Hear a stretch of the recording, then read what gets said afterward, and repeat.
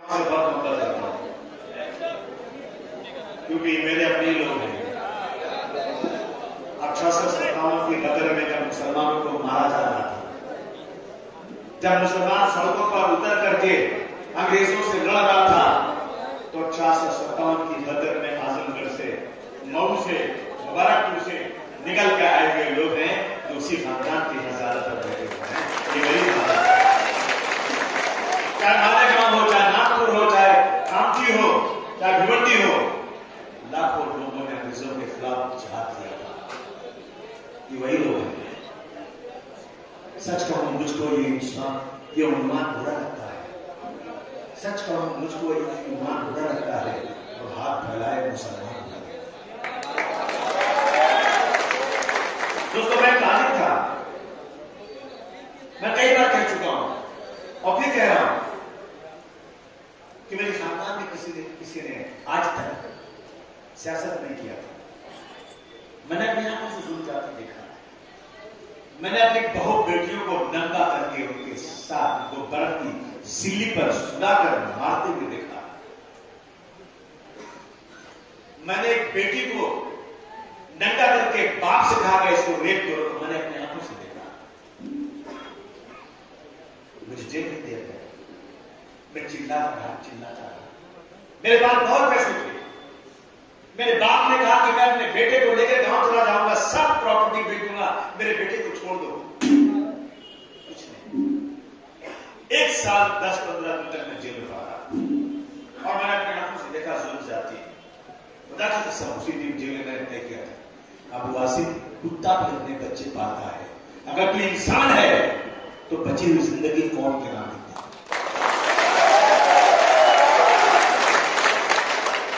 मैं मंत्री बन सकता हूं, लेकिन मैं तलवे चाटने वाला मंत्री नहीं बनूंगा। मैं चोर बाजार की लात रखने वाला मंत्री नहीं बनूंगा। मैं आंखों में आंखें डालकर वजीर आला से बात करने वाला मंत्री बनूंगा।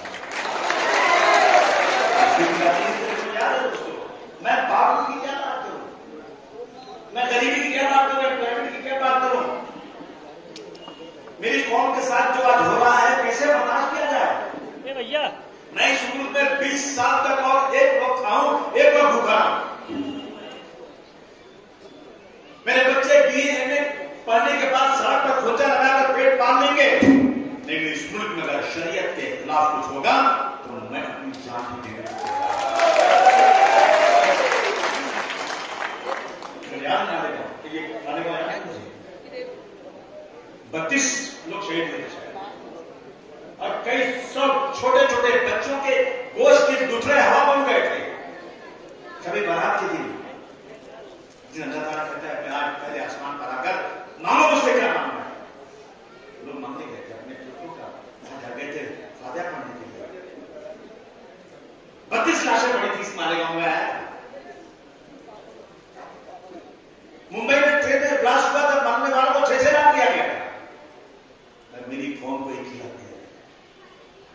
मुंबई में ट्रेन में मरने वाले के सबके परिवार को सरकारी नौकरी दी गई थी, लेकिन हमारे गांव में शहीद होकर फैमिली को किसी को नौकरी नहीं दी। दी नौकरी किसी को दी गई थी? मैं करा उठा। मैंने पिताजी से बात किया, मुलायम सिंह से बात किया कि नेताजी मेरी कौम बहुत परेशान है, आप चलिए मालेगांव।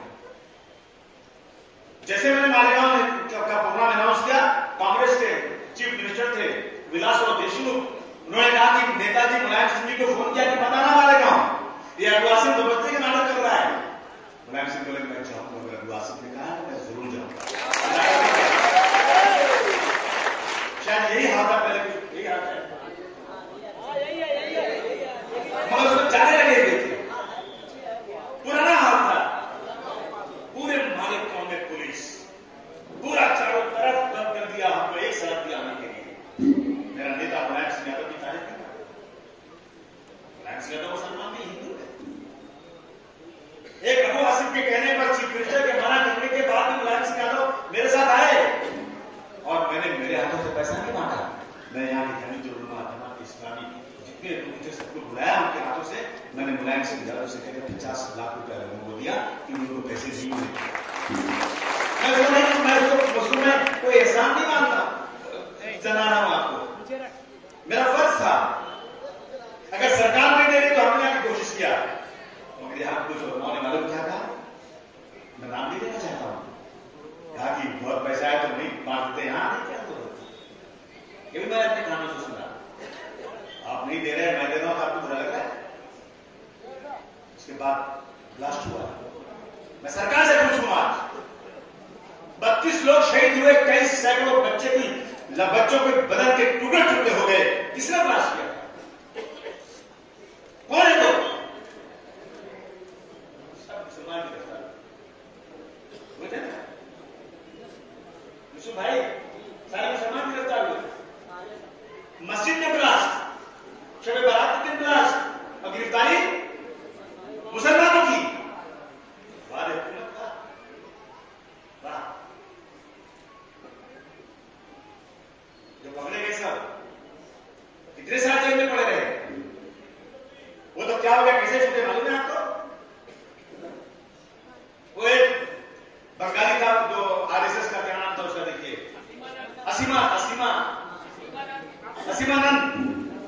असीमानंद जी जेल में जिस बैरिक में बंद था, उसी बैरिक में एक महमूद नाम का लड़का हैदराबाद का, और असीमानंद को मालूम था कि ब्लास्ट किसने किया, और लड़का जो था महमूद, उसने नहीं देखा। वो मुस्लिम तालीमात के मुताबिक, इस्लामी तालीमात के मुताबिक एक बुजुर्ग जेल में है, उसके कपड़े धुलता था, उसको खाना खिलाता था, कि ज़ईफ आदमी है, मुझे इस्लाम ने सिखाया है कि बुजुर्गों की इज्जत करो। वो असीमानंद जो मुसलमान का दुश्मन, जो आरएसएस का जो बमबाज जो बनता, मैंने खुदा की कसम किताब में पढ़ा था, न्यूज में आज भी मैं ला सकता हूं, कि सूरत के पास एक नदी के पास ये लोग एक मीटिंग कर रहे थे बम ब्लास्ट करने की, और इनके आरएसएस के तीर, क्या नाम है आरएसएस का, मोहन भागवत को वहां बुलाया गया, और असीमानंद ने कहा हम ये प्लानिंग कर रहे हैं। उसमें लिखा था किताब में, मोहन भागवत ने कहा कि तुम जो कर रहे हो तुमको मैं इसकी बधाई देता हूं, लेकिन मैं इसमें शामिल नहीं आऊंगा। कोई पकड़ने वाला नहीं, कोई पूछने वाला नहीं। वही मोहन भागवत को जब इसने असीमानंद की बहुत इज्जत किया, तो उसका जो इंसान था वो जाग उठा, उसने कहा मैं कोर्ट में जाऊंगा इस बच्चे के बारे में। उसने जाकर कहा ये जो लड़के पकड़े गए हैं ये असदुद्दीन नहीं, इन्होंने नहीं किया, बल्कि फलाने ने किया, उसने नाम भी दे दिया। मुझे याद है मुंबई में अपने चौहान साहब की सरकार थी, चीफ मिनिस्टर थे, और दिल्ली में होम मिनिस्टर थे चिदम्बरम, शिवराज पाटिल, नहीं पी चिदम्बरम थे, मुझे याद है। तो उनसे कहा गया कि साहब ये स्टेटमेंट क्या आया है, और दारसल ने कोशिश की, लेकिन वो स्टेटमेंट जो था ना मजिस्ट्रेट के सामने दिया गया था। इसके बाद आपने कभी इसके पहले एनआईए सुना नहीं सुना था आपने? एनआईए थी नहीं, सीबीआई की, पुलिस थी, सबका, और एनआईए का गठन हुआ। एनआईए ने कहा हाँ जो उसने कहा है ना वो बिल्कुल सच्ची बात है, और सब हमारे गांव के बच्चे। हेमंत करकरे साहब, मैं दिल्ली से आना था हवाई जहाज में, जब हेमंत करकरे साहब ने पकड़ा साथी प्रज्ञा सिंह पुरोहित वगैरह को, तो ये चीफ मिनिस्टर थे नरेंद्र मोदी, गुजरात से चिल्ला उठे, अडवाणी दिल्ली से चिल्ला उठे, बाला साहब ठाकरे मुंबई से चिल्ला उठे, ऐसे कैसे आपने गिरफ्तार कर लिया? उसके बाद मनमोहन सिंह ने हेमंत करकरे को दिल्ली बुलाया, कहा कि तुम जाओ अडवाणी साहब को बताओ तुम्हारे पास क्या एविडेंस है, मेरी कौम के लोग 32 मर गए और मुसलमान थे, और मुसलमान को गिरफ्तार किया, कोई माई का लाभ पैदा नहीं हुआ जो ये कहे कि तुम बताओ इनको कैसे गिरफ्तार किया। जिन्होंने जान देकर नई कदी की आबरू बदली, वही अब खतरे खतरे के लिए कर सकता है। क्या हुआ? ये गिरफ्तार हुए, एटीएस के सेक्रेटरी प्रज्ञा सिंह ठाकुर, पुरोहित पांडे का, और एटीएस ने सारे गवाहों को, 35 गवाहों को मजिस्ट्रेट के सामने 164 का वकील साहब बयान दिला दिया। बीच में एनआईए आ गई, और एनआईए ने वही गवाहों को खड़ा कर दिया। गवाहों ने कहा कि हमें बंदूक की नोक पर बयान दिलाया गया है,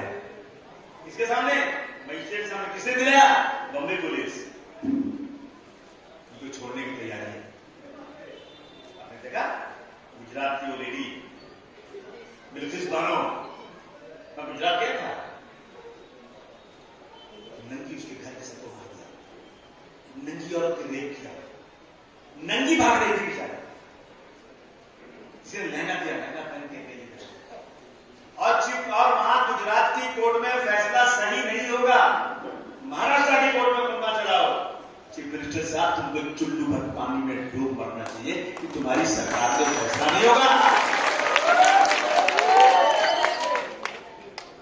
बेस्ट बेकरी का मुकदमा वहां नहीं चला, यहां चला, सजा हो गई, उनको छोड़ दिया गया कि ये बहुत अच्छे परिवार के, उनको फूलों का हाथ बनाया गया।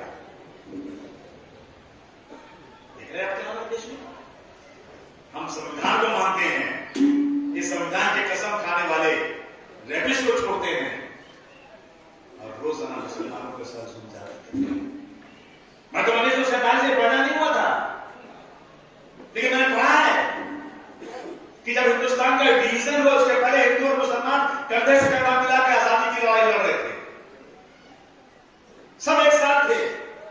लेकिन जैसे आजाद हो गया देश, अंग्रेजों ने हिंदू और मुसलमानों को बांट दिया, पाकिस्तान बना दिया और हिंदुस्तान बना दिया, हमारी जो भाईचारगी थी खत्म कर दिया। जो पाकिस्तान में हिंदू थे वो हिंदुस्तान आ रहे थे, हिंदुस्तान के मुसलमान पाकिस्तान जा रहे थे। मोहम्मद अली जिन्ना ने कहा हाँ मुसलमानों तुम्हारे लिए एक अलग मुल्क बना दिया, लेकिन दिल्ली की जामा मस्जिद की मीनारों के सीढ़ियों से जो मौलाना अब्दुल कलाम आजाद ने कहा था वो आज भी हमारे कानों में पहुंच रहा है। अच्छा मुसलमानों इस मुल्क को छोड़कर चले जाओगे तो तुम्हारी मस्जिदें वीरान हो जाएंगी, तुम्हारे कब्रिस्तान में कोई फातिहा पढ़ने वाला नहीं होगा। तुम्हें याद नहीं इसी गंगा में तुमने वसूल की नमाज पढ़ा है, मत चलाना तुमको मीनारा, तुमको जामा मस्जिद का मीनारा आवाज दे रहा है, मत जाना इसको छोड़कर, इस मुल्क को इंसाफ मिलेगा। कितना इंसाफ, कौन सा इंसाफ, ये इंसाफ मिल रहा है? कौन सी इंसाफ दूं आपको मैं? मुंबई के शानबाग में 10 साल से मुसलमान गवर्नमेंट से जगह मांग रहे, गवर्नमेंट को जगह दे भी दिया, और ये शिवसेना करो, मुझे कभी ताली वाले मिले, मैं माफ कीजिएगा कहा कि मैं शिवसेना का अध्यक्ष जो लोग मेरे कौन को कत्ल करने के मंसूबे बनाते हैं, तुम दाढ़ी रखते उसको सपोर्ट करते हैं, तुमको शर्म नहीं आती?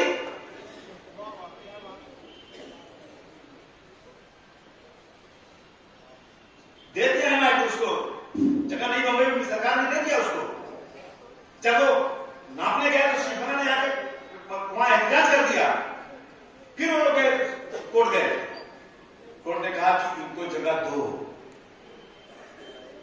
फिर वो गए वापस, फिर उन्होंने हटाया क्या, 5 बार मुसलमान गया कोर्ट में, 5 बार हाई कोर्ट में, कितनी बार, 5 बार पैसे जमा करने के बाद मुझे चीफ मिनिस्टर कहते हैं वासिम कुछ भी कर लो, वहां मस्जिद नहीं कर सकती, नहीं बन सकती, इसलिए कि वहां के मुकामी शिवसैनिक लीडर आरएसएस के लोग उस मस्जिद को वहां पसंद नहीं करते।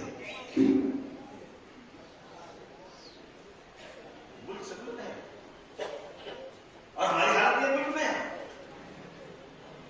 ये हालत जिसमें आफताब खुदा वाला नाम का एक आदमी ने लिविंग रिलेशन आराम को लिविंग रिलेशन, एक लड़का और लड़की बिना शादी के एक जगह रहे साथ में, इसको कहते हैं लिविंग रिलेशन।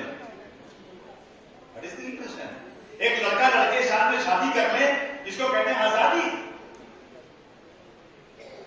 यहां इंसाफ नहीं तो अल्लाह ताला को इंसाफ होगा, जमीन खुद जाएगी। खुदा की खुदाबंदी में अगर तुमने इंटरफेरेंस किया तो याद रखना आज नहीं तो कल इसका भुगतना पड़ेगा।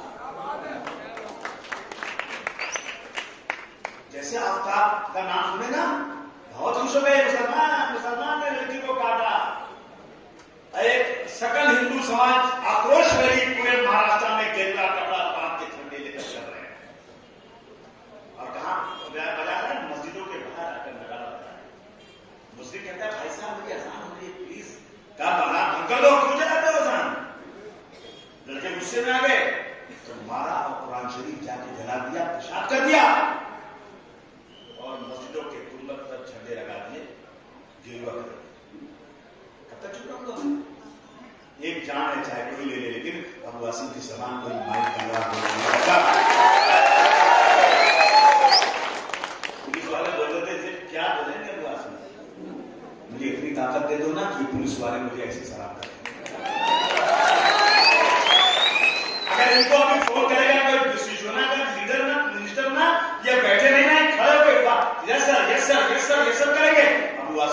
तुमको ये सब करना पड़ेगा आगे। तो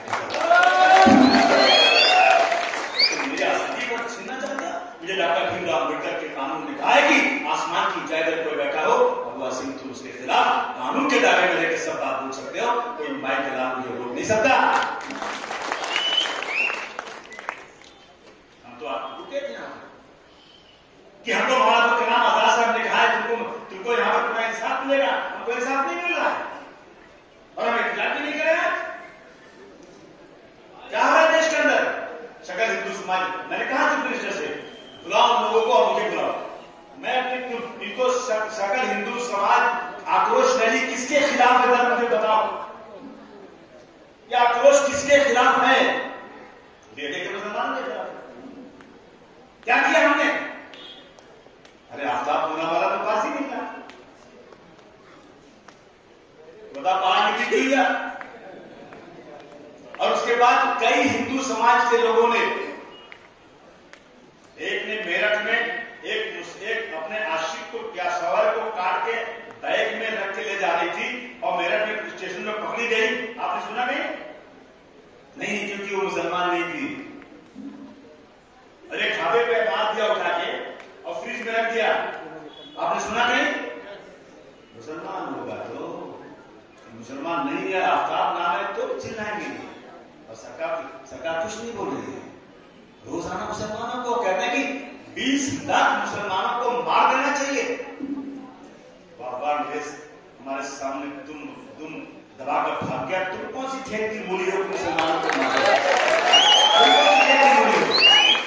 20 लाख मुसलमानों को मार देना चाहिए। और कहती है ये कि घर में चाकू छुरी रखो, सब्जी काटने वाला, क्योंकि तुम्हारी बेटियां महफूज नहीं रहेंगी। मैंने रोजाना ये नीतीश ने आया था सर, बेचारा बड़ा परेशान है। वो चक्कर है, पहले जो थे कांग्रेस से भागे, नहीं पहले शिवसेना में थे, वहां से खदेरे गए, तो शिवसेना फिर आया कांग्रेस से खदेरे गए, तो फिर बीजेपी कुछ नहीं रही थी, तो वहां खड़े थे। आप सोचते हैं कहीं मुझे मंत्री पद मिल जाए। ये लोग जो है, अभी मैं उस दिन देख रहा था कि लव जिहाद के नाम पर भी इतना चिल्लाया जा रहा है। भाई मेरे पास लिस्ट है पूरी, जो लव जिहाद की बातें कर रहे हैं। कितनी मुस्लिम लड़कियों ने हिंदुओं से शादी किया है? वो कौन सा जिहाद है? अगर एक हिंदू लड़की से मुसलमान ने शादी कर दिया तो आप बहुत चिल्ला रहे हो लव जिहाद। मैंने कहा हाउस के अंदर जिहाद एक बहुत ही रिस्पेक्टेड लफ्ज है, बहुत ही मुअज़्ज़ज़ लफ्ज है। जिहाद को आपने जहां इस्तेमाल किया है ना, या तो आप जाहिल हैं, नहीं तो मैं आपको कई हजार किताबें देता हूं जिहाद के ऊपर। जिहाद किसको कहते हैं? तो मेरे पास लिस्ट है। एक लड़की है, उसका नाम है शर्मीन। उसने शादी की है मनोज से, हिंदू है। एक शाजीन है, उसने शादी की है एक हिंदू से। एक रूबीना है, उसने शादी की है अवस्थी से। एक रूबी है, उसने राजू से शादी की हिंदू से। एक अफसाना है, उसने अभिषेक से शादी किया। और शादी कहां हुई? मंदिर में हुई। और वहां इमीडिएटली आप बधाई देते कोई नहीं बोलता, क्योंकि वो तो लड़की मुस्लिम थी ना। तो कहना कि अगर मुस्लिम लड़की से शादी करेंगे, भाषण कर रहा है। एक चौहान है, उसके बाद कितने केस है? 1800, 1800 FIR है। उसके बाद भी रोजाना वो पूरे घूम के जो चाहो बोलता है और कहता है कि हिंदुओं से मुसलमानों शादी करो, तुमको बच्चे नहीं पैदा करने पड़ेंगे, तलाक नहीं होगा और तुमको जो है बहुत इज्जत से रखा जाएगा और तुम आओगे तो तुमको 2-3 लाख रुपए मिल जाएगा। ये हो रहा है। मैं आज आपसे मिलने इसलिए आया हूं कि पानी सबसे ऊंचा हो चुका है। इस मुल्क को हमने आजाद करवाया है, हमारा खून पानी हो गया है। मानते हो नहीं? हमारा खून पानी हो गया है। मैं लड़ने की बात नहीं कर रहा हूं। मैंने एक नहीं 50 बार खुदा की कसम मैंने मुसलमानों से पूछा कि मुसलमानों तुम हुजूर सल्लल्लाहु अलैहि वसल्लम को मानते हो? सब कहते हुए मानता हूं। मुझे जान दे सकते हो? आपसे पूछता हूं, मानते हो नहीं मानते हो? मिसाल दे सकते हो? सही बोलो, उनके कहे को मानोगे? उन्होंने कहा मैंने देखा कि मुसलमानों, तुमको हुजूर सल्लल्लाहु अलैहि वसल्लम ने फरमाया कि अगर तुम्हारा पड़ोसी भूखा है, वो किसी मजहब का भी हो, खासतौर से गैर मुस्लिम हो, तो अल्लाह ने तुमको पेट पर खाना दिया है और तुमने उसका ख्याल नहीं किया तो तुम मुसलमान नहीं हो। ये तो कहा है ना? मैं ये पैगाम दे रहा हूं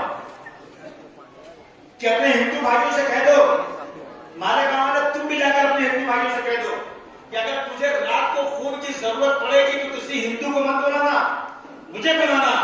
मैं किसी के बाप से डर के नहीं बोल रहा हूं, मैं डरता हूं तो अल्लाह से डरता हूं और इस दुनिया में किसी की मेहरबानी पर नहीं रहता हूं। ये कौन कादर मूली हमकी, ठीक है, मेहरबानी तो अल्लाह की। मैं इस मुल्क में अल्लाह की मेहरबानी पर रहता हूं और डरता हूं अल्लाह से। उन्होंने मुझे कहा, हुजूर सल्लल्लाहु अलैहि वसल्लम ने कहा है कि अपने पड़ोसी का ख्याल करो। हमारे गांव वालों, आज से इतना करना, अपने हिंदू भाई से कहना कि मैं अगर तुमको रात को खून की जरूरत पड़ेगी तो मैं अपना खून देकर तुम्हारी जान बचाऊंगा, इसलिए मुझे हुजूर को फरमा रहे। ये नहीं भी दिखाएंगे, ये कहीं बताएंगे नहीं। हमारे नबी ने कहा तुम यहां देश में रहना है तो वंदे मातरम पढ़ना पड़ेगा। सुनो, और क्या कहते हैं हमारे ये फडणवीस साहब कि अबू आसिफ साहब, दुनिया में कोई भी मजहब ऐसा नहीं जो मां के आगे सर झुकाने को मना करे। मैंने तुम जाहिर है, मेरा मजहब है, मेरा मजहब कहता है कि चांद सूरज जमीन आसमान जिसने बनाया ना, उसी के आगे सर झुकाना और किसी के आगे सर मत झुकाना।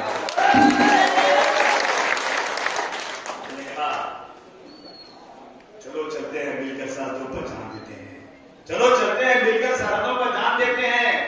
पर मेरे साथ बहुत आसान है बंद कमरे में वंदे मातरम कहना। रोजाना मुसलमानों के खिलाफ, इसलिए मैं अच्छा करा। डायमंड कारपेट, हमारे वहाँ ग्रास कारपेट पायदान होलसेल रेट में दिया जाता है। हमारा पता याद रखें, मुस्तफ़ा बंगार बाजार, पानी की टाकी के पास।